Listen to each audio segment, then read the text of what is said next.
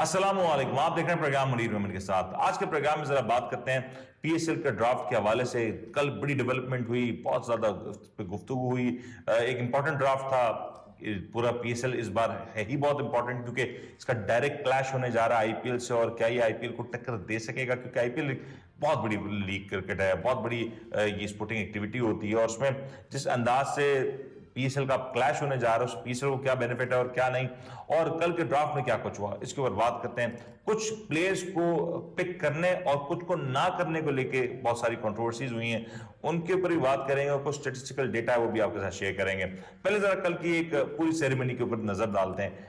इंतहाई poor performance रही है अगेन पीएसएल की जानिब से, पीसीबी की जानिब से, या पीएसएल की जो इंतजामिया है उसकी जानिब से, क्योंकि वहां पे हम देख रहे थे कि कोई भी चीज ऐसा लग रहा था कि प्लान्ड नहीं है, अरेंज नहीं है, ऑर्गेनाइज नहीं है। होस्ट को नहीं पता था क्या करना है, मॉडरेटर को ये नहीं पता था कि क्या करना है, और दोनों एक दूसरे की तरफ शक्ल देख रहे थे। फिर जो डगआउट्स बने थे जहां पे फ्रेंचाइजीज ओनर्स बैठे थे या उनकी पूरी पूरी टीम्स बैठी थी, वो क्लूलेस थी कि अब किसकी बारी है और किसकी बारी, क्योंकि एक कम्युनिकेशन गैप था। माइक पूरा उस पूरे सिलसिले में माइक्स ने काम नहीं किया। इनफैक्ट एक ऐसी अजीबोगरीब सिचुएशन थी कि वहां से अगर कोई प्लेयर का नाम कॉल होता था तो होस्ट को नहीं पता चलता था, और होस्ट भी वहां पे जिस अंदाज से होस्टिंग कर रहे थे, इट वॉज टू पुअर कि उन्हें ये नहीं पता कि किस टीम के पास कब जाना है और कब किससे बात करनी है और कब अगली टीम को टाइम देना है, और वो जो टाइम अगर वो पूरा इस्तेमाल करते हैं नहीं करना, ये वो एक प्रॉपर कम्युनिकेशन गैप नजर आया। मिस मैच थी सारी चीजें, अनऑर्गेनाइज थी सारी चीजें, और अनफॉर्चुनेट है कि हम इतनी छोटी छोटी चीजों के ऊपर भी अगर हम तैयार नहीं है तो फिर कैसी बात कर सकते हैं। बहरहाल कल का ड्राफ्ट अच्छा हुआ, अच्छे प्लेयर सामने आए, बड़े नाम सामने आए, बड़ी साइनिंग्स हुई, specially Karachi Kings, Kane Williamson और डेविड वार्नर, दो बड़े नाम उनके पास गए, और बाकी जो टीम्स हैं वो भी बहुत अच्छी नजर आ रही हैं। कुछ सरप्राइजिंग फैक्टर्स हैं उनके ऊपर बात करते हैं, क्योंकि एक पिक हुई इस्लामाबाद यूनाइटेड की जानिब से, वो थी फहीम अशरफ की। और Faheem Ashraf as a player या एज अ ऑलराउंड प्लेयर तो आप कह सकते हैं कि लीग क्रिकेट में तो ठीक है, कारआमद होंगे, लेकिन उनको प्लेटिनम कैटेगरी में जब पिक किया गया उसको लेके बहुत ज्यादा सवालात हुए, क्योंकि फहीम अशरफ पाकिस्तान की जो टीम है रेगुलर उसमें कोई जगह नहीं बना पा रहे। उनकी बैटिंग उस अंदाज की इफेक्टिव नहीं है, बॉलिंग भी वो ठीक ठीक ही कर लेते हैं, तो वो इतनी इफेक्टिव उनकी उतनी इफेक्टिवनेस है नहीं जो उनको प्लेटिनम कैटेगरी में पिक किया गया। फिर जो सबसे बड़ी कंट्रोवर्सी हुई सरफराज अहमद को लेके, कि सरफराज अहमद को क्यों पिक नहीं किया गया। मतलब कोयटा की विनिंग टीम के कैप्टन, और एक वक्त था जब कहा जाता था कि सरफराज अहमद के बगैर तो ये टीम हो ही नहीं सकती, तो हाउ इज इट पॉसिबल कि सरफराज अहमद को इसमें पिक नहीं किया गया। सरफराज अहमद की अगर बात करें तो सरफराज अहमद की जो एज है, अगेन 37 ईयर्स की एज है उनकी, और 37 ईयर्स एज में अगर सरफराज अहमद इस बात को एक्सपेक्ट कर रहे हैं कि उन्हें पिक किया जाएगा, तो that was again not possible.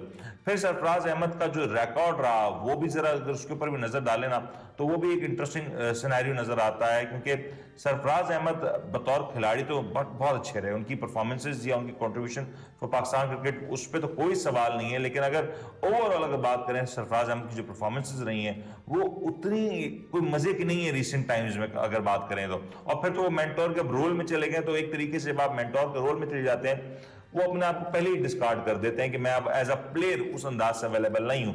बहरहाल ये भी पाकिस्तान का एक अंदाज है कि मेंटोर्स भी मेंटोर करते हुए अपनी टीमों में खेलते हैं, और सरफराज अहमद तो पिक नहीं हुए लेकिन शुएब मलिक पिक हो गए। ये भी एक इंटरेस्टिंग सिनेरियो था। बहरहाल अगर सरफराज अहमद की ओवरऑल एवरेजेस को देखें, यह इंटरनेशनल क्रिकेट को देखें या फ्रेंचाइज क्रिकेट को देखें, तो स्टैट्स आपके सामने हैं। मैं सिर्फ T20 की बात कर लेता हूं कि T20 में सरफराज अहमद की जो एवरेजेस रही हैं वो तकरीबन 27.26 की रही हैं। डिसेंट रिकॉर्ड है, बुरा रिकॉर्ड नहीं है अगर एवरेजेस के एतबार से बात की जाए। लेकिन इसके अलावा जो नंबर ऑफ सिक्सेस की जब बात की जाती है, तो सरफराज अहमद जिस जगह पे आते हैं 125 के स्ट्राइक रेट के साथ अगर आप देखें, तो सरफराज अहमद की जो नंबर ऑफ सिक्सेस हैं वो सिर्फ 15 हैं। मतलब 15 छक्के अगर आप बात कर रहे हैं 61 मैचेस में, या 61 मैचेस की 42 इनिंग्स में, तो दैट इज टू लो। आज मॉडर्न डे में तो ये जो नंबर है वो बहुत ज्यादा होता है। इनफैक्ट 15 छक्के तो आजकल जो अच्छे हार्ड हिटर बैट्समैन है जो इस नंबर पे आते हैं, 5-6 नंबर पे बैटिंग करने आते हैं, वो तो 3 या 4 इनिंग्स में इतने छक्के लगा लेते हैं। तो 42 इनिंग्स में अगर सरफराज अहमद के 15 छक्के हैं तो फिर ये सवाल तो खड़े होने हैं। फिर कोयटा ग्लैडिएटर की उन्होंने नुमाइंदगी की, 86 मैचेस उन्होंने खेले, 73 इनिंग्स में उनकी बारी आई, 152 1525 रन उन्होंने टोटल बनाए, 81 का उनका हाईएस्ट है, एवरेज यहाँ भी अच्छी है, तकरीबन 29.32 की एवरेज है, decent average age T20 player कही जाती है। स्ट्राइक रेट 122 का स्ट्राइक रेट है, जो इस लेवल पे मतलब इस 5-6 नंबर पे आने वाले प्लेयर के एतबार से ये कम है, और यही रिफ्लेक्ट कर रहा है कि जो नंबर ऑफ सिक्सेज हैं 26, यानी कि ट्रेंड्स वही हैं जो इंटरनेशनल में ट्रेंड्स थे, वही यहाँ पे ट्रेंड्स हैं, और आपको 26 छक्के नजर आ रहे हैं 73 इनिंग्स में, यानी कि हर 2 इनिंग में भी एक छक्का नहीं है, मतलब हर 3 इनिंग में शायद एक छक्का है। तो ये है एक मेजर रीजन कि इस बार सरफराज अहमद सिलेक्ट नहीं हुए। अच्छा, फिर वक्त के साथ आपकी एजिलिटी, आपकी मोबिलिटी कम हो जाती है।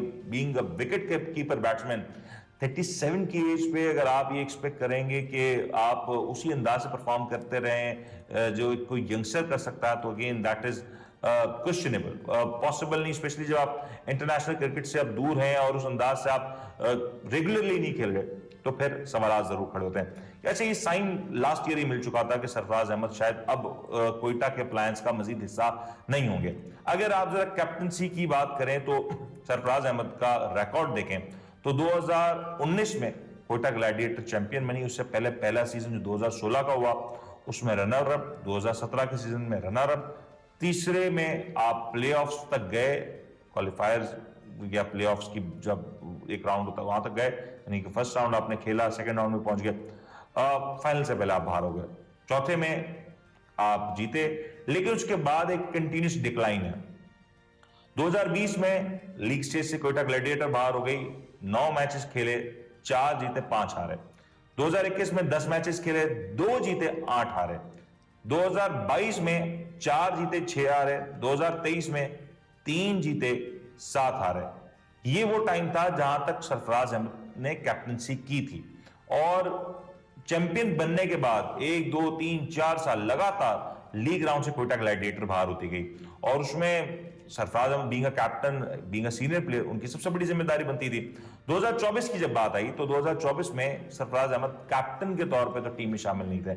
इनफैक्ट 2024 की अगर हम बात करें तो 10 मैचेस खेले हैं कोयटा ग्लैडिएटर ने, 5 जीते हैं 5 हारे, प्लेऑफ्स तक गए थे, लेकिन ये 2024 के सीजन में जो कैप्टनसी की थी वो राइली रूसो ने की थी, ना कि सरफराज अहमद ने की थी। तो that is a big change जो आपको नजर भी आ रहा है। अच्छा, फिर अगर कोयटा ग्लैडिएटर्स की बात करते हैं ना, कि कोयटा ग्लैडिएटर में captaincy Sarfaraz Ahmed is known for his captaincy, for his street smartness. अगर इस चार्ट को देखें तो ये जो आपको नजर आ रहा है कि सरफराज अहमद 2016 से लेकर 2023 तक कप्तानी करते रहे, और उनका जो विन परसेंटेज था वो 48.10 का था, यानी कि it's not an extraordinary thing, मतलब आप ये नहीं कह सकते कि बहुत एक्स्ट्रॉर्डनरी कप्तानी की हो। 60 65 70% का आपका विनिंग रेशो, ठीक ठीक कप्तानी थी। आप अच्छी बात ये थी कि कोयटा ग्लैडिएटर फाइनल राउंड में पहुंची, लेकिन पहले अगर देखें तो 5 टीम्स होती थी, तो 5 टीम में अगर आप प्लेऑफ्स तक पहुंच जाते तो आई थिंक कि वो इतनी कोई बड़ी अचीवमेंट नहीं नजर आती कोई, अगर इस बात से देखें। ठीक है, आप फाइनल्स खेले, सेमीफाइनल्स खेल रहे हैं, या आप फाइनल में जा रहे हैं, चैंपियन बने, दैट इज फाइन, बट उसके बाद लगातार 4 सीजन कंसिस्टेंट प्लेऑफ से ही बाहर हो जाना, तो फिर तो सवाल बनेगा। सरफराज अहमद ने तकरीबन 80 मैचेस में कप्तानी की और सिर्फ 38 मैचेस जीते और 41 मैचेस हारे। मोहम्मद नवाज ने 2023 में 2 मैचेस में कप्तानी की, 1 मैच जीता 1 हारा। राइली रूसो 2024 में कैप्टन बनाए गए, 10 मैचेस में उन्होंने कप्तानी की, 5 उन्होंने जीते और 5 उन्होंने हारे।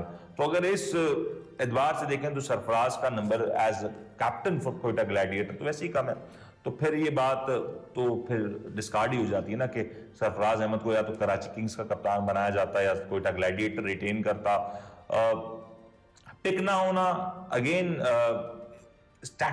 स्टैट्स को देखें तो नजर आता है कि शायद ये पिक होना बनता भी नहीं था, और with age and with current form and जो अब रिसेंट एक्टिविटीज हैं उसमें शायद सरफराज अहमद का पिक होना नहीं बनता था।